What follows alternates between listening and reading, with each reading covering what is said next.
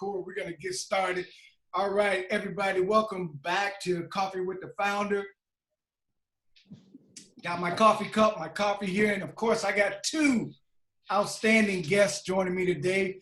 Two good friends, two good colleagues, but most importantly, two good brothers, Joe Knight and Keith Carter. Fellas, thank y'all for joining me. We're doing these little coffee talks just as a way to get our WPC community familiar with the people who are in our network, in our family, who are out there doing good work. And so I'm glad that y'all could join me. I'm going to start with you, Joe Knight, and ask y'all to get started. Just introduce yourself. Can you just let us know who you are and what's the work that you do? We'll start with you, Joe. All right. Well, thank you. I'm delighted to have this opportunity to speak. It's good to see you, Eddie. Good to see you, Keith. I am a faculty member at Seattle University, and I teach a clinical course in entrepreneurship. I've had a long history of being an educator and a university administrator. And in addition to that, I tend to be someone who's had the fortune of serving on several different boards, including a large for-profit organization, as well as several not-for-profit organizations, including a university system that also has 4 different universities in it.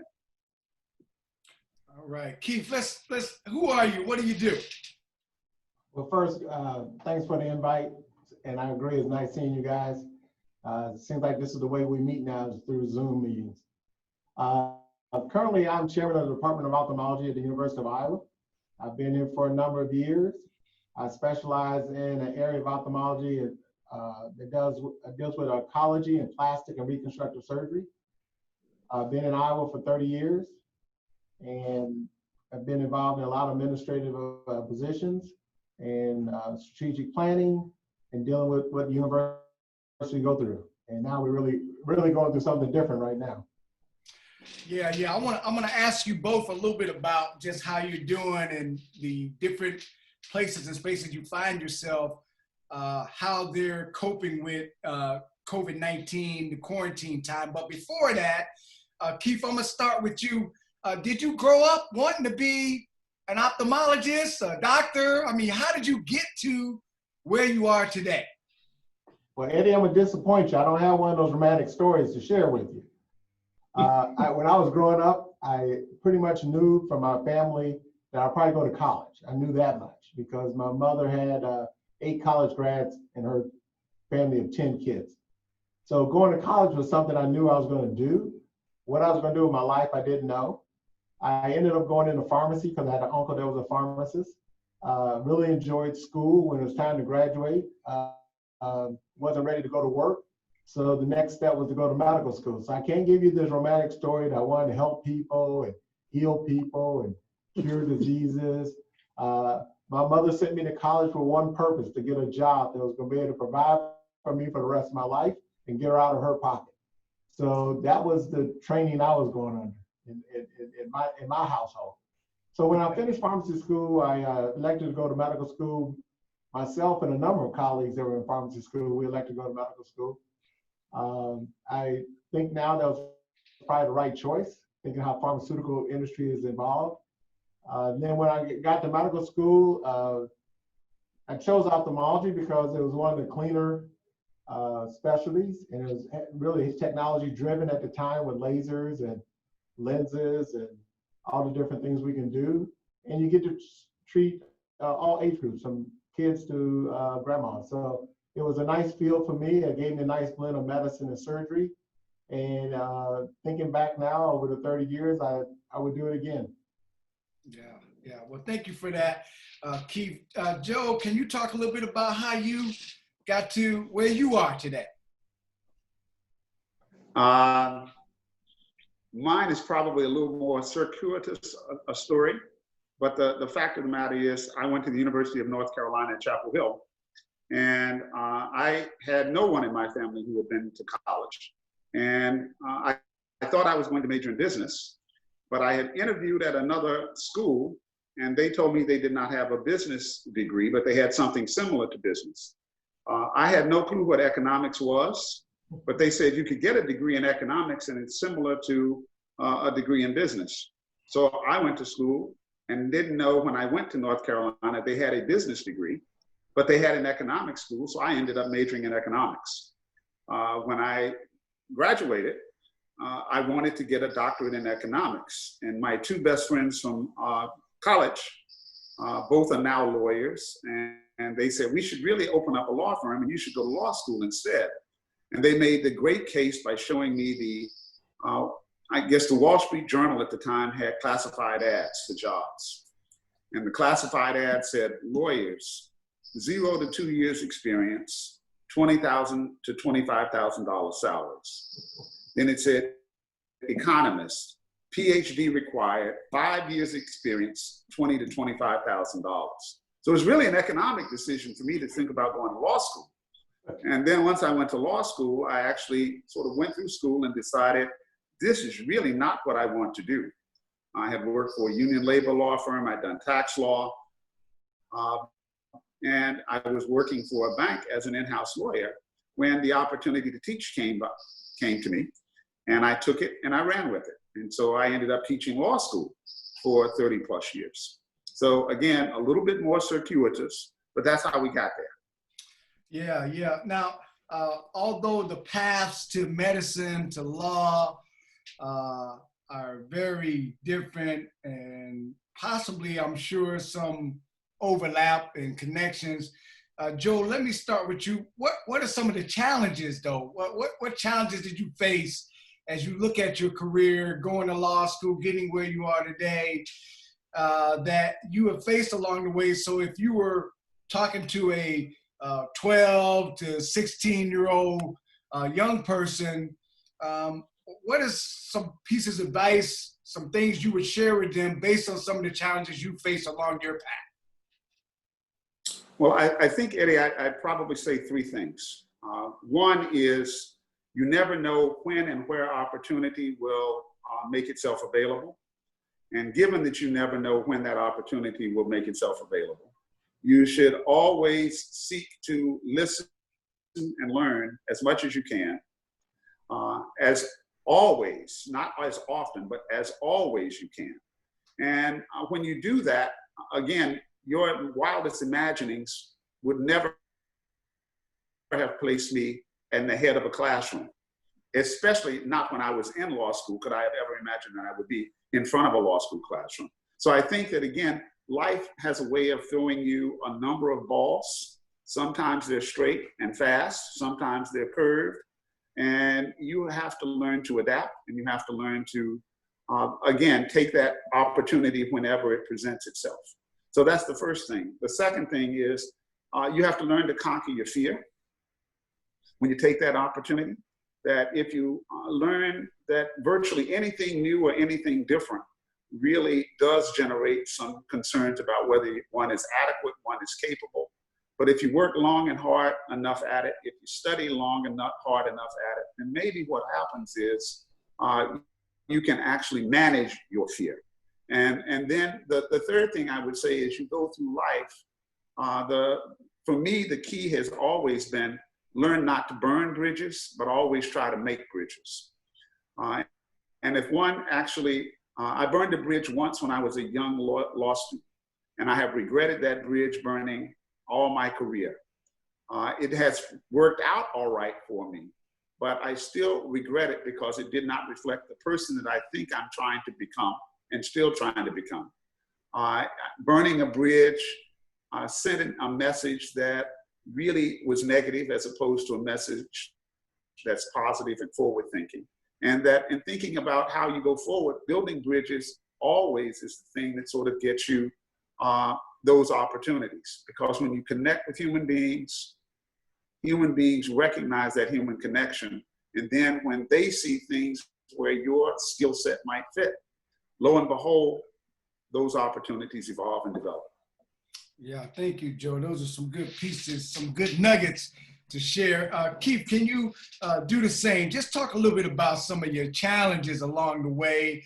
And if you were addressing, again, some young folks and giving some pieces of advice based on some of those challenges, what are some pieces of advice, some things you would share? Well, I mean, we have the obvious challenge. obvious challenge that we're the minority. But I think students that you're talking to, the same students I'm talking to, the first thing I tell them that they need to dream. They need to set some goals for themselves. And then they need to work to achieve these goals. No one's going to give them anything. The time where programs are sitting out there waiting to help them are over. They're going to have to compete. And they're no longer competing against the student in their classroom. They're competing against students around the world. If you look at our graduate schools, et cetera, where they're going to end up, they're competing against a lot of people around the world because our universities are still some of the best in the world.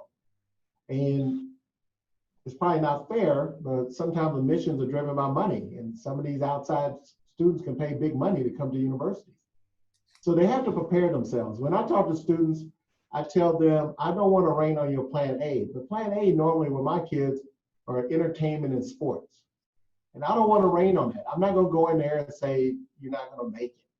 But when I talk to them and they're not even on the high school team, then I say, let's get a plan B, okay? A plan B may be something you'll need. And so I will start with that because that's the reality of the day. More than likely, you're gonna make it with your mind and with your body. And so I try to get them to get interested in school.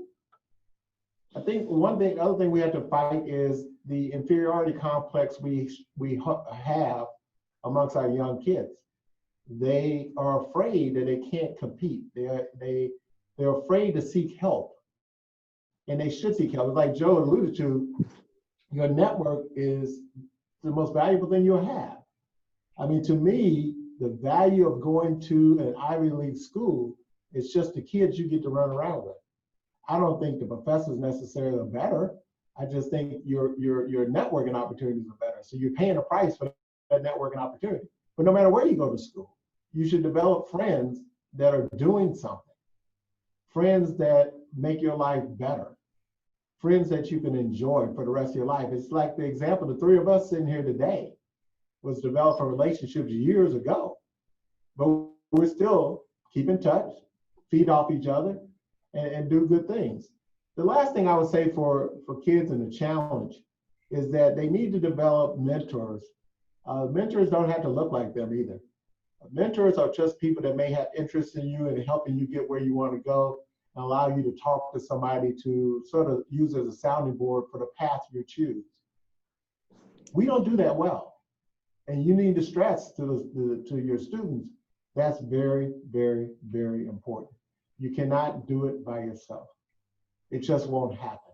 As much as we want to think we can sit and do it by ourselves, you won't get that same opportunity as a kid that will get mentors to help them break down some doors for them. And when I mean break down the door, they have connections. They have connections. They can tell you the right way of doing it versus you trying to figure out the way to do it. Save a lot of time and effort. And the kids that do that achieve things a lot faster. Not saying you can't achieve it the other way, the harder way. You just get there it'll take you a little longer to get there.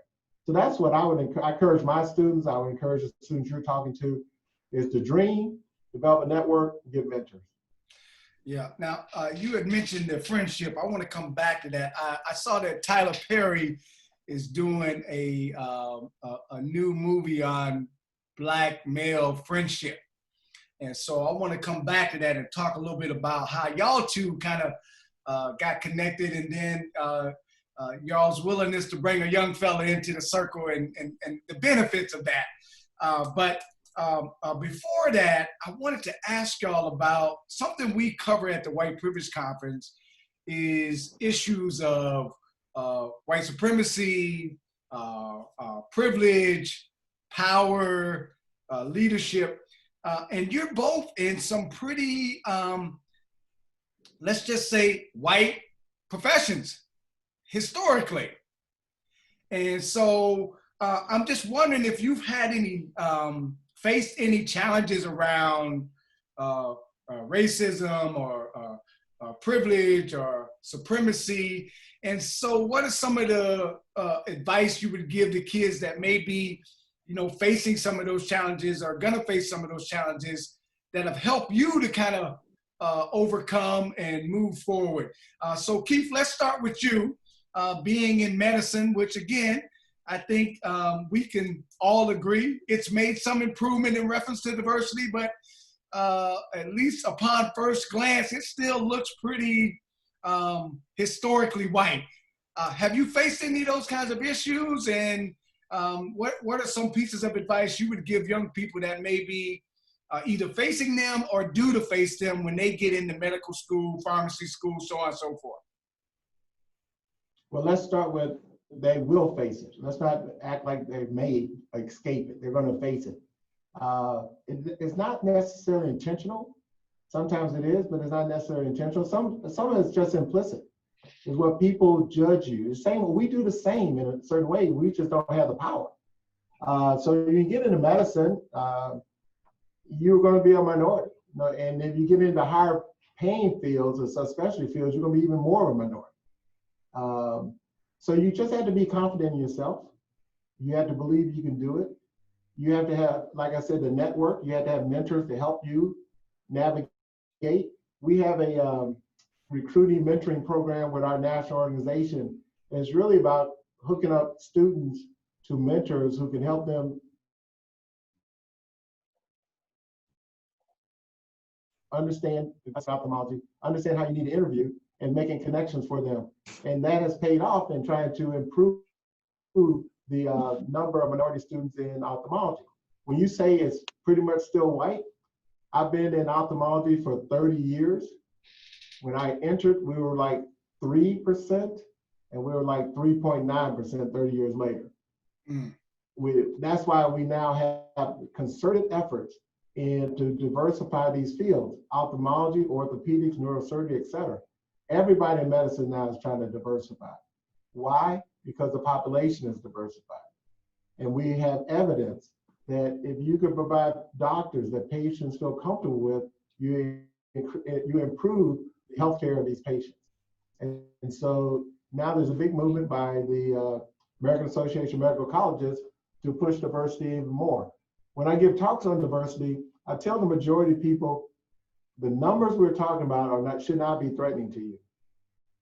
Okay, it's not like we're talking about 30%. I would just like to match the population. Whatever the population number is, it'd be nice to match that number. Okay, we got a lot of work to even get to that number. We're not talking about 40%. I'm just trying to get 13 to 15%. Right.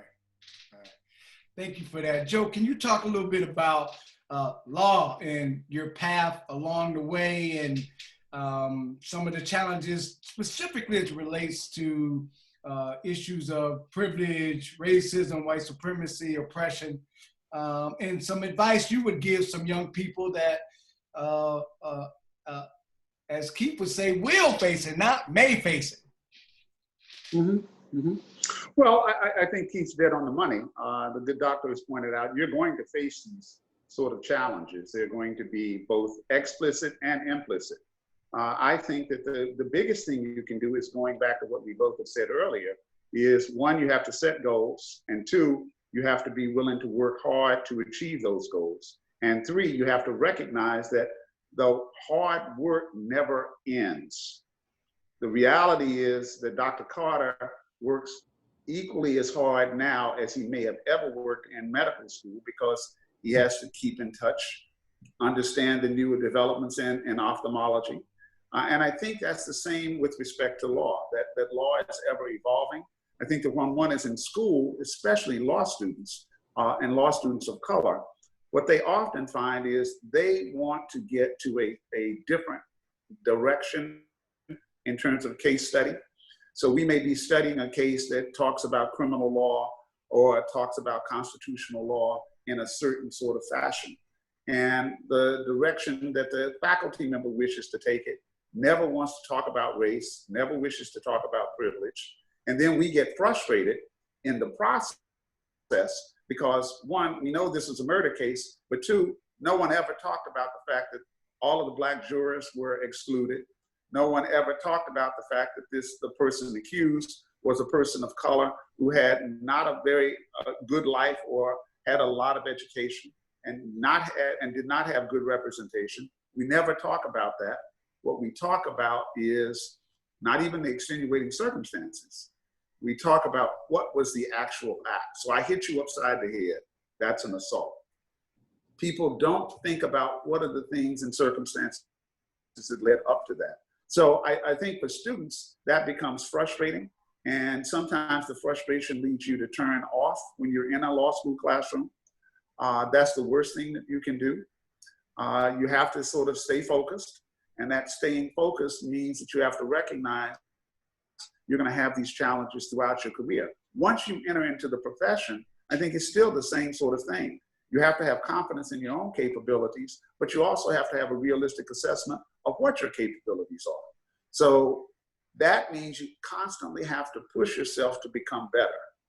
My wife has a saying that she says, you never ask the question of what one wants to be. It is, what are you becoming? And what are you becoming on a daily basis? That's the real sort of challenge for us, is how do we focus long enough to recognize that every day is an act of becoming.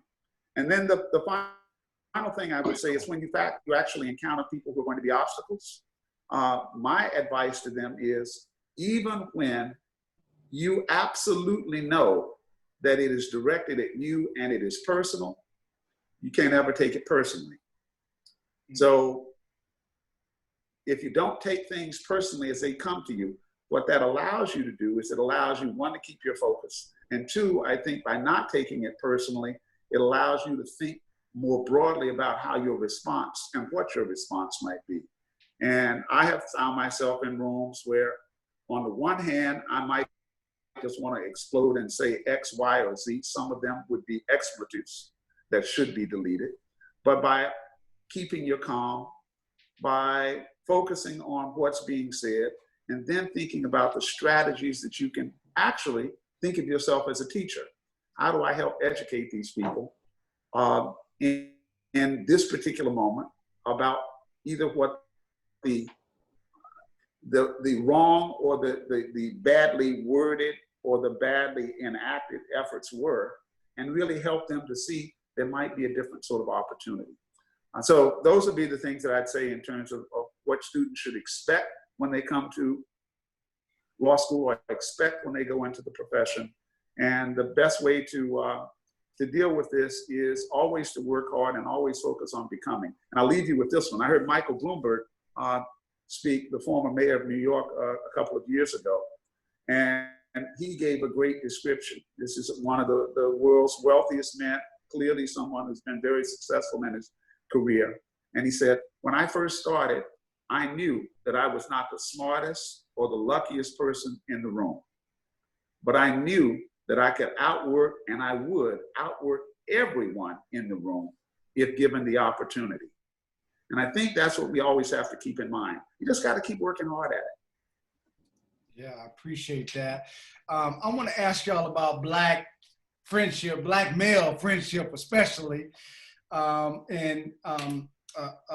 I remember us really kind of coming together around the golf event that the Motley brothers put together. And we've been friends and homies since, sharing some Iowa affiliation. But can y'all just talk a little bit about the importance of, needing that time with friendship and affinity space, especially Black male friendship. I'm not even sure how long y'all have been rolling together, because it was a little bit before my time. So can you just talk a little bit about Black friendship, Black male friendship, some of the benefits of really gathering when there are Black males around? Let's start with you, Keith. Well, I think it's essential for your psyche. We all know there are things we can do in our comfort zones with our friends that we may not do in day-to-day life. And that's a nice stress reliever when you can get away with it. It's fun. I mean, some of the most laughter I have is getting together with brothers, talking about events in the past and things of the future. And we relate differently. And our humor is a little different. And what we find fun is a little different. And the interactions are just so heartwarming that I look forward to any time I can have it. In Iowa, I'm limited a little bit, but for instance, we just had another Zoom meeting last night with about 40 brothers on the phone, and I haven't laughed that hard in a couple of weeks. I mean, it was really hilarious. But I think it's essential because, like any group, it's not necessarily just Black males. I think any group needs to have let me say, a climate in which they can be totally themselves and not have to deal with any of the outside pressures. And they have to find a group of people they feel comfortable with and really take advantage of it. I think it's helpful.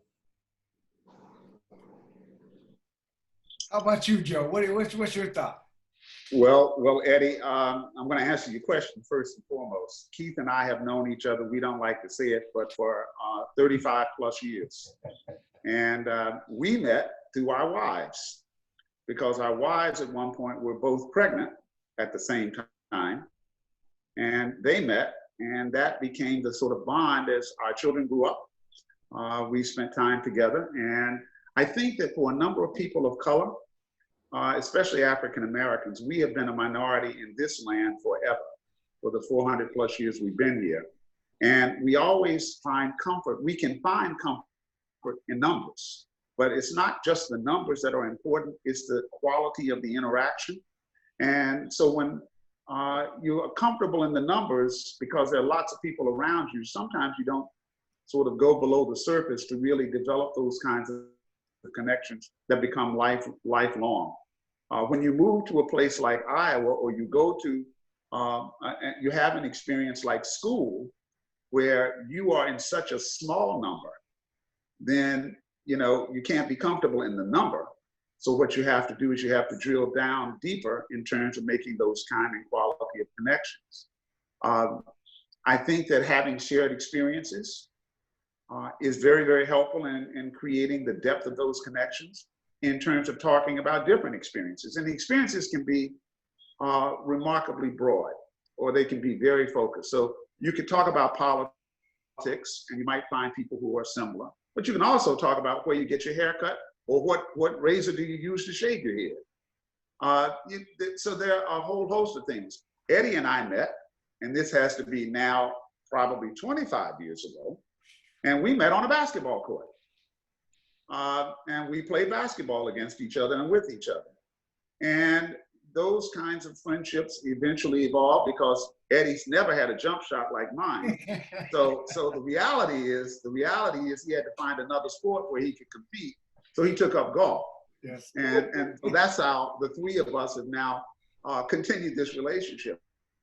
And on a golf course, it's great, because you have 2 to 4 hours if you play 9 or 18 holes, where you can have some conversation. You can give each other a little bit of grief. You can also offer the kind of things that we typically have to offer, which is some support for the errant shot, some support and some empathy for the missed putt.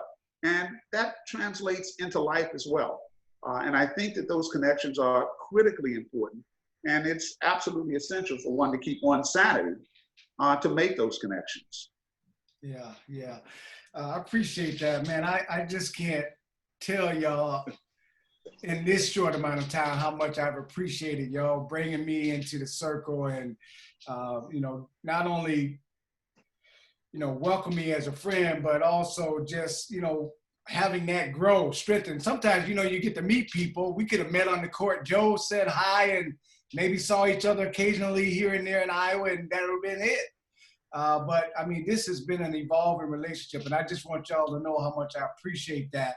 And I'm looking forward to when we can get back to some public space and do some not some social chilling as opposed to social distancing, if you know what I mean. Right. Let me ask you this, because I know you could both answer these questions easily, but I'm going to ask Joe the entrepreneurship question because of his teaching in that area. And I'm going to ask Keith about leadership, just because I know, in addition to the many positions and journeys of your over your career, you played some real leadership roles in the area of ophthalmology. And so I want to ask you a little bit about leadership from that standpoint. But let me start with you, Joe. Just give me a sense of a semester of learning about entrepreneurship. What are you trying to get across to young people as you're teaching about entrepreneurship, what that means, how it's changed? Just give us a sense, give folks a sense of what that means to you and what you're trying to accomplish in your classroom. Well, the word entrepreneur comes from a French word, and I can never say it that well, but it's entrepreneur. I can't say it, so I'm not a very good French speaker.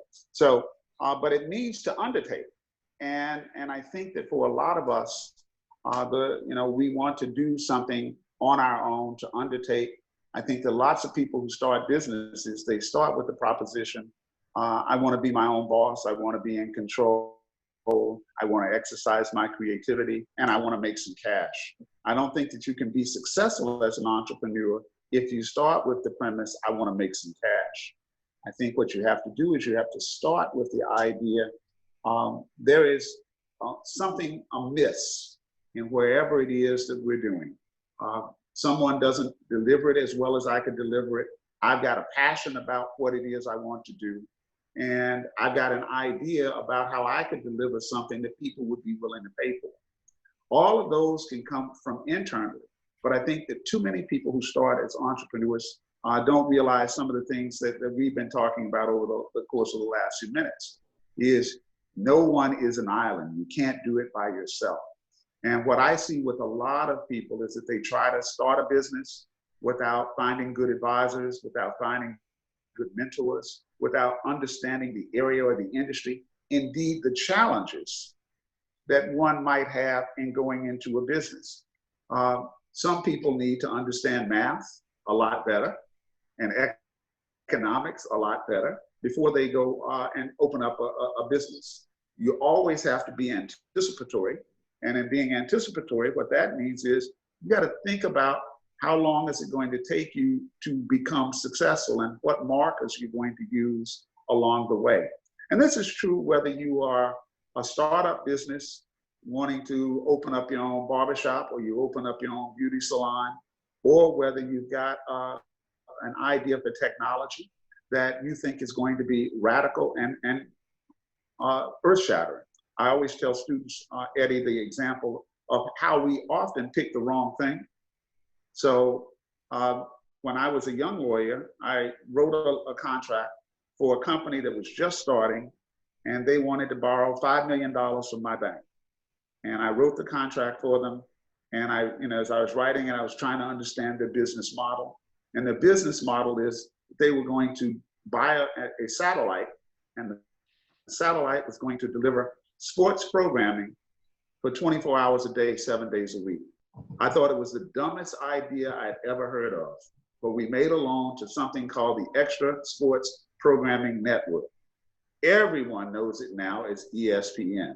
So business investment opportunity missed, understanding that entrepreneurs see the world differently, and they are driven to try to take their vision to a different location, and being, I think, humble enough to ask for help along the way, whether it's asking for a bank, whether it's asking a mentor, whether it's asking those who work with you as employees or contractors to help you figure out how we deliver something to people who actually are willing to pay for it. So that's entrepreneurship. Yeah, I appreciate that, Jordan, and sharing that story.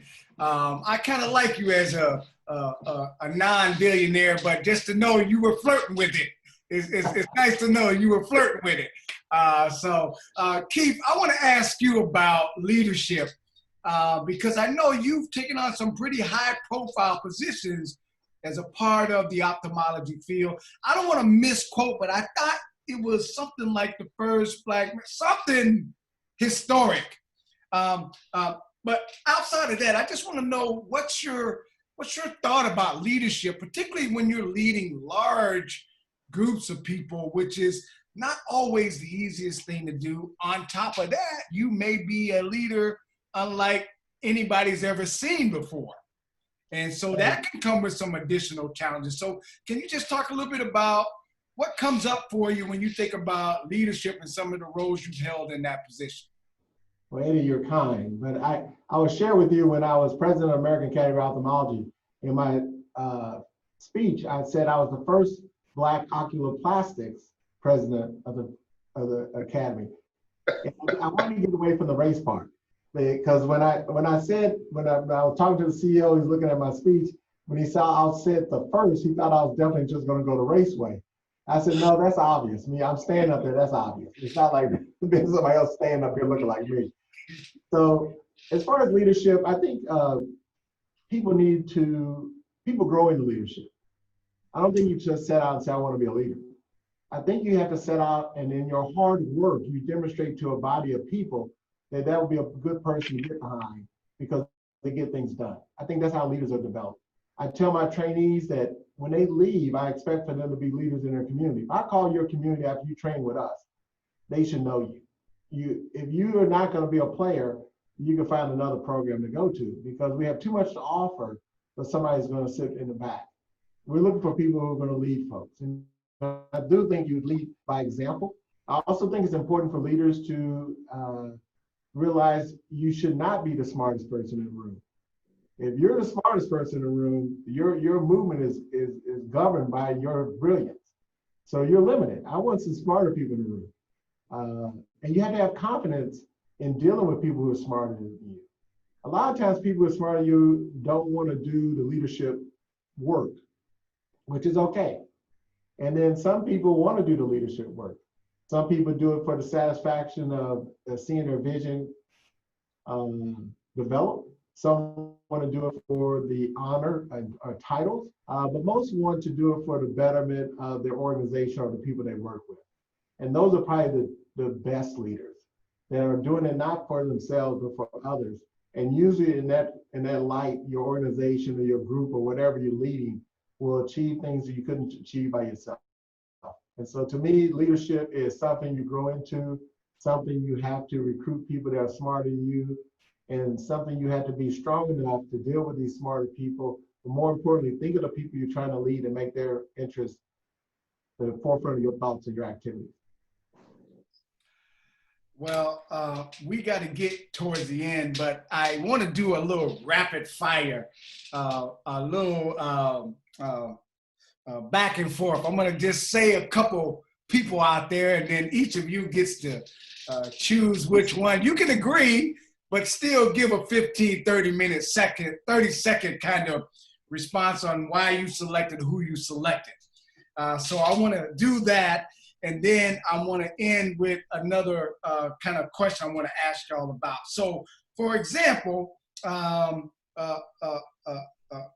who was Whitney or Beyonce? Who you going with, Jay Knight?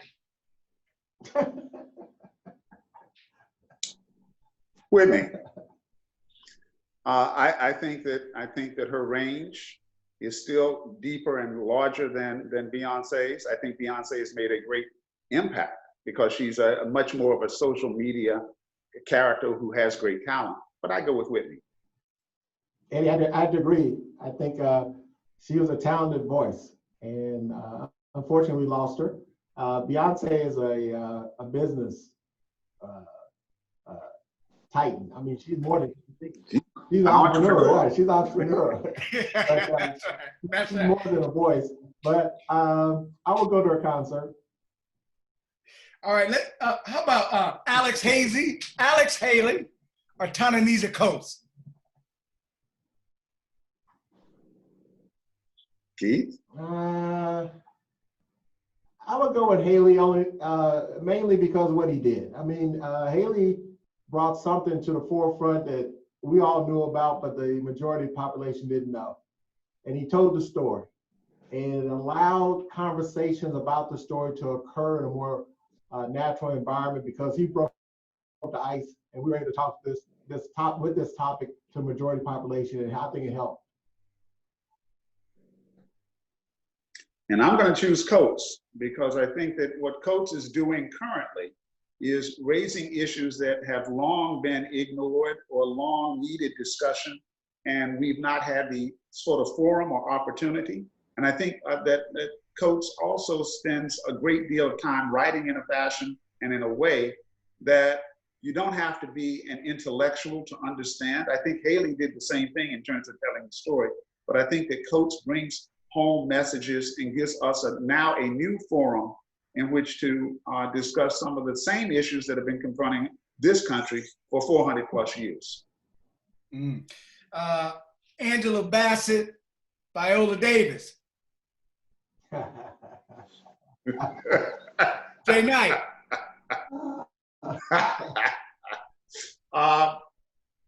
That's all but impossible to choose because I'm biased toward Angela Bassett. You know, I've always thought that she was a phenomenal talent. Her range is, and I think that she's been able to do it for an even longer period of time than Viola Davis. But I think that Viola Davis is a remarkable actor as well.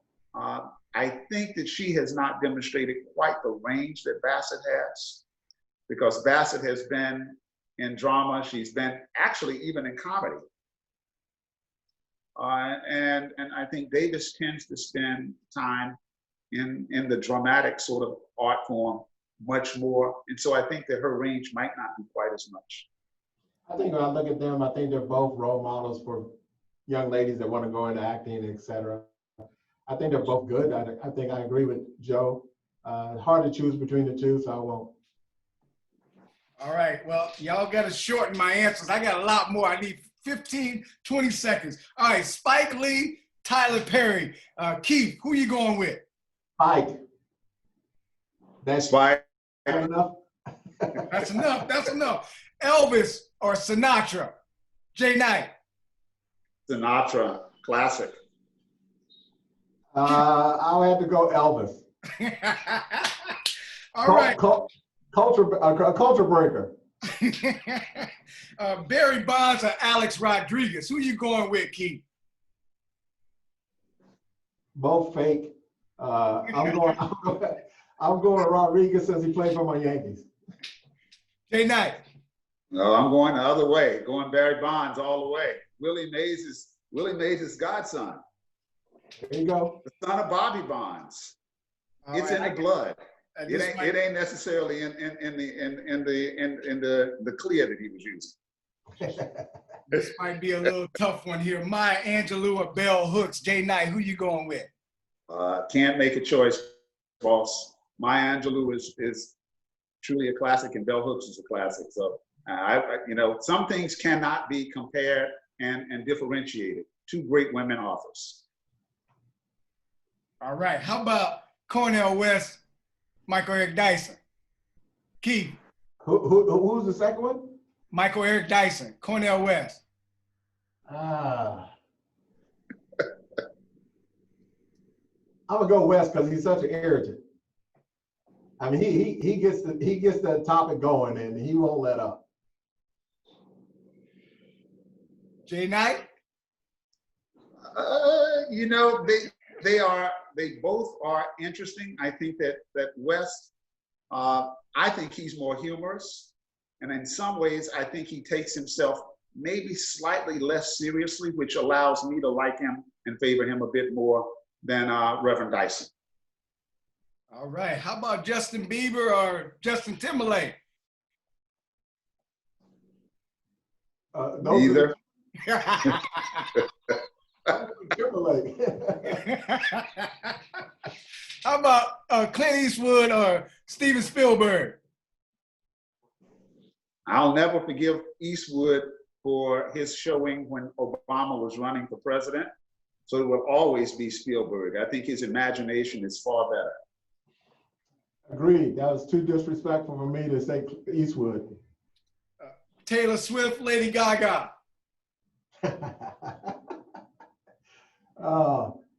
Taylor Swift. Gaga.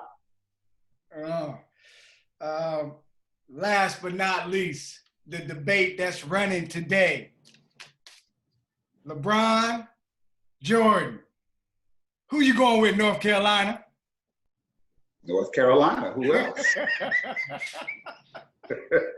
Well, it's hard for me to get in that debate because Because he's a Kobe you probably fan. picked the wrong guy to compare him to. But since you made me go LeBron or Jordan, I had to say Jordan.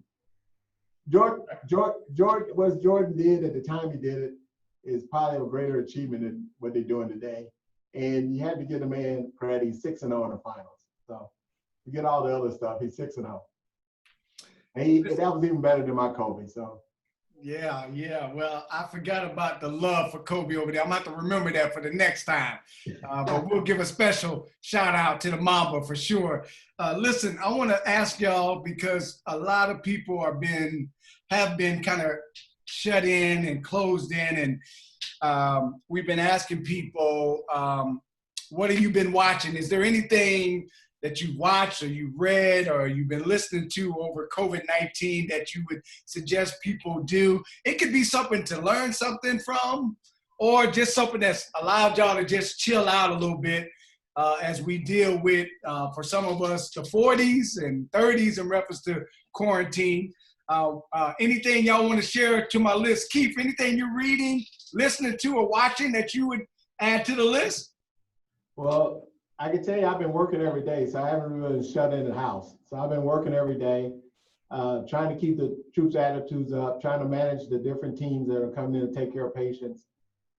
So when I go home, I'm not reading anything unless it's related to the COVID relationship to my practice and our institution. So then I go to Netflix and veg out on things like Ozark, Money Heist, things of that nature. All right, those are two good ones. And add in, I can look at any rerun in sports that I want to because there's no sports on. My most recent one was 81 games Kobe put on the Toronto Raptors. All right, Jay Knight, what you got for our list? I'm going to do a little bit different, perhaps. In terms of watching things, I'm a science fiction fan, but many people can't take science fiction, my wife included. One show that I like a great deal, and I've also been watching several foreign-produced things. And one that I would encourage is a South African show on Netflix called Queen Sono. And she's a secret agent. And Pearl Thusi makes a very interesting sort of secret agent. And because it's, South Africans, I think it's a very interesting and useful sort of story to see. In terms of reading, I've been reading a couple of science fiction novels. But the thing that I just recently read, because I spoke to a CEO, and he made a comment about the burdens that he felt because of COVID-19 to deal with his 100,000 employees, and how, I could see it wearing on him. And I was trying to find something to be encouraging to him. So I sat down and found myself lost again in reading Khalil Gibran's The Prophet. I found nothing to offer to the CEO that I think would have made him feel a little bit better. But for me, reading The Prophet, where someone shows up and talks about love and talks about kindness and talks about children and talks about relationships and the humanity that is involved. It's something that we don't do often enough. And for me, it was sort of revitalized. So that's what I recommend. Yeah, well, listen, brothers, I wish I had another half hour to talk to y'all a little bit about what your post-COVID plans, but we just ran out of time. I appreciate y'all because I know y'all got stuff going on, especially, if you're still keeping the kind of hours that Keith Carter's keeping, 30, 45 minutes is a big ask. So thank you both. I'm sending y'all love. I look forward to giving you a real hug, but for now, I'll give you my Wakanda virtual hug. And thank y'all again for your time, man. Take care of yourself. Be safe. Seattle, be safe. Iowa. Much love, fellas. Appreciate you. You're welcome. Thank you. Take care. Good to see you, Keith. Good to see you, Eddie. Bye-bye.